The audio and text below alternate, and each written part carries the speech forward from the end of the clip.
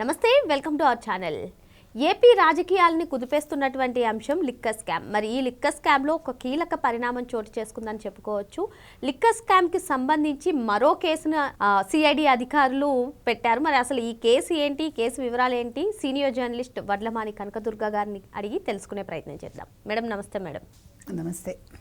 Liquor స్కామ్లో కీలక పరిణామం చోటు చేసుకుందని చెప్పుకోవచ్చు. డిపోల నుంచి ప్రభుత్వ మద్యం దుకాణాలకు సరఫరా చేసే రవాణా టెండర్లో కూడా అక్రమాలు జరిగాయి. ఏకంగా 200 కోట్ల నుంచి 400 కోట్ల మేర అక్రమాలు జరిగినట్టుగా తెలుస్తుంది. మరి దీనిపైనే సిఐడి అధికారులు మరో కేసు కూడా పెట్టినట్టు తెలుస్తుంది. ఏంటి మేడం అసలే లిక్కర్ స్కామ్? ఒక కేసు పైన కేసు పెట్టడం, ఈ పరిణామాన్ని ఏ విధంగా చూడాలంటారు? ఏమీ లేదు, ఏ విధంగా చూస్తారు, ఇంకా ఎన్ని బయటపడతాయని ఎదురు చూడాలి. ఇలా వస్తూనే ఉంటాయి. మనం ఇవన్నీ మాట్లాడిందే ఒక కేసు తోటి అనుసంధానంగా 100 కేసులు పుట్టుకొస్తాయి. ఏదో అరటి పిలకలు అరటి చెట్టుకు పుట్టుకొచ్చినాయి కదా. ఇక్కడ వీళ్ళు ఏం చేశారంటే, మీరు కనుక చూస్తే మీరు అన్నట్టుగా ఒక్కో కేసు రవాణా ఛార్జీ 13 రూపాయలట, దాన్ని 34 రూపాయలకు పెంచారు. పెంచి 200 నుంచి 400 రూపాయలు కొట్టేశారు. ఈ కొట్టేయడంలో వీళ్ళు చేసిన తమాషా ఏంటంటే, ఒక్కొక్క అంటే కొంతమంది వైసీపీ నేతలు ఉంటారు కదా, వాళ్ళు తీసుకుని 2-3 కూడా నడిపేశారు. అంటే ఎవరికి వీలైనంత వాళ్ళు. ఆ తర్వాత వాళ్ళు కొంతమంది ఏమో వాళ్ళ కంపెనీ పేర్ల మీద పెట్టుకుంటే, కొంతమంది బినామీల పేర్లను ఈ దందాలు నడిపారు. మొత్తం మీద ప్రభుత్వానికి రావాల్సిన సొమ్ము, అంటే ప్రభుత్వం సొమ్ము అనుకోండి, 200 నుంచి 400 కోట్లు నొక్కేశారు. దీని మీద సిబిఐ కేసు పెట్టింది 2020 నుంచి 2024 మధ్యలోని. దాన్ని ఇప్పుడు రాజశేఖర్ బాబు గారికి, సిట్ ఎవరైతే చూస్తున్నారో ఇన్ఛార్జి, వారికి అప్పగించారు. ఇంకోటి ఏంటంటే, పూర్తి అధికారాలు ఇచ్చినట్టున్నారు సిట్కి. తర్వాత ప్రభుత్వ ఉద్యోగులను కూడా వాళ్ళకి కావాల్సిన వాళ్ళని వాళ్ళు తీసుకుని ఈ కేసులో వాళ్ళ సేవలు ఉపయోగించుకోవచ్చు. అట్లా కొన్ని రూల్స్ సడలిచ్చినట్టున్నారు. ఏదేమైనా అంటే ఇప్పుడు మరి వీటన్నిటి మీద జగన్ ప్రెస్ మీట్లు ఎందుకు పెట్టారు? ఇవి కదా మాట్లాడాల్సిన అంశాలు. మా వాళ్ళు చేయలేదు అని చూపించమనండి. ఒక్కొక్కళ్ళు వాళ్ళు ఏం చేశారో వాళ్ళ సిబిఐ దగ్గర ఆధారాలు ఉన్నాయి. ఆధారాలు ఉన్నాకే మాట్లాడారు. అసలు ఎక్కడికి వెళ్తున్నారు వీళ్ళు? ఏంటిది ఈ దరిద్రాలు ఏంటి అసలు? ఇవాళ మీకు ఆంధ్రప్రదేశ్ అంటే అవినీతి నేతలే గుర్తుకొస్తున్నారు, కానీ అది మొత్తం ఆంధ్రప్రదేశ్ ప్రజలకు వర్తింపజేస్తారుగా. ఒక వైసీపీ చేసిన పనికి మొత్తం ఆంధ్రప్రదేశ్ ప్రజలందరూ బాధ్యులు కావాలా? అంటే తెలుగు వాళ్ళంటే అవినీతి పరులని ఒక ముద్ర వచ్చింది అనుకోండి, అంతకంటే దరిద్రం ఇంకోటి ఉంటుందా? అంతకుముందు ఆంధ్రప్రదేశ్ అంటే ఐటీ, చంద్రబాబు నాయుడు అట్లా ఉండేది. కానీ 2019-24 మధ్య ఒక జైలుకి వెళ్ళొచ్చిన వ్యక్తి ముఖ్యమంత్రి. అంటే ఏమంటారు, డొల్ల కంపెనీల ద్వారా 43,500 కోట్లు కొట్టేసి, ఇప్పుడు చంద్రబాబు నాయుడు గారు జైలుకి వెళ్ళటం వేరు, మళ్ళీ దాంతో ముడిపెడతారు వైసీపీ వాళ్ళు. స్కిల్ స్కామ్ అని పెట్టి ఇప్పుడు అది ఏమీ లేదని తేలింది.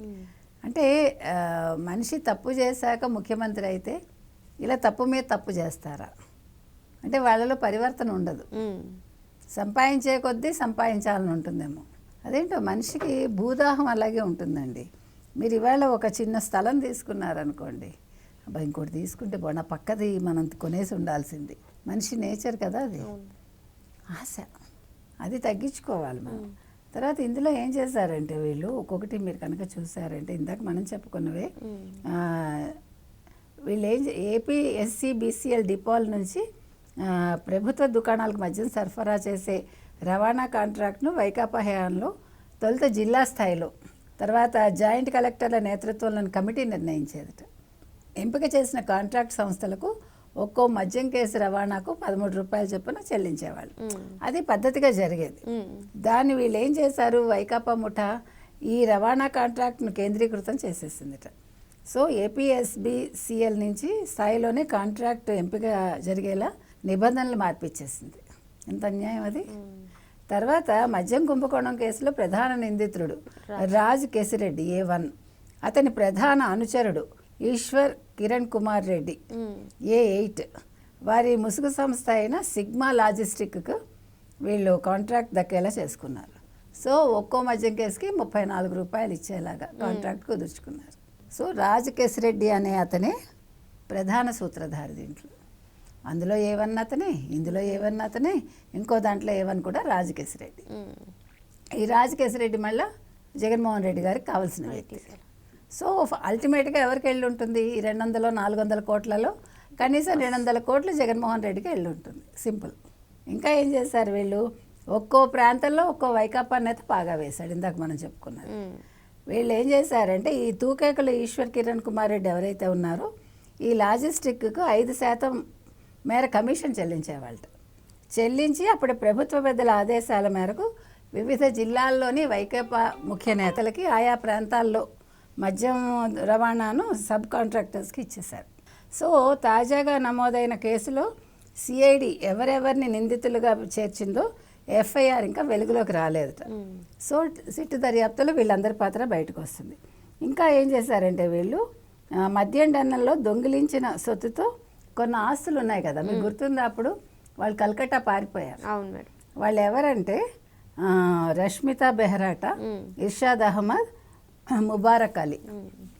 వీళ్ళ ముగ్గురు ఇంచుమించు 6 కోట్ల దాకా దొంగిలించి, మనం 3 కోట్లే అనుకున్నాం, కాదు 6 కోట్లు. అంటే మనిషికి 2 కోట్ల చెప్పని దొంగిలించి వీళ్ళు అక్కడ ప్రాపర్టీస్ కొనేసుకున్నారు. సో ఇప్పుడు ఆ ప్రాపర్టీస్ని కూడా సీజ్ చేయమని చెప్తున్నారు. Okay madam. సో అంటే 6 కోట్లు పోయిందనే సంగతి వీళ్ళకి తెలుసున్నా కూడా ఏదో దొంగకి తేలుకుంటున్నట్టుగా వీళ్ళు నోర్లు మూసుకున్నారు. సో పనిలో పని ఇప్పుడు ఆ డబ్బు కూడా వసూలు చేస్తారు. అది మరి ఆ ప్రాపర్టీస్ ఎట్లా తీసుకుంటారు, వాటిని అమ్ముతారా? ఇప్పుడు లిక్కర్ స్కామ్ చూసుకున్నట్లయితే అతిపెద్ద స్కామ్ మేడం. మళ్ళీ ఇందులో మీరు చెప్పినట్టుగా అసలు ఎలా చూడాలి అంటే దొరికిందే ఛాన్స్ అని చెప్పి వాళ్ళు కూడా. మీరు ఎలా చూడాలంటే మీకు సముద్రం దగ్గర పీతలు కనిపిస్తాయి చూడండి, ఇలా డింగ్ డింగ్ డింగ్ అని, అట్లా ఇలాగ వ్యాప్తి చెందేస్తాయి ఈ అవినీతి కేసులు.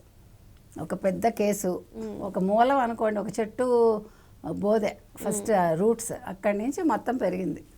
ఒక చెట్టు వేసుకున్నారంటే ఎన్ని కొమ్మలు ఎన్ని ఆకులు ఉంటాయో అన్ని అవినీతులు ఉన్నాయి.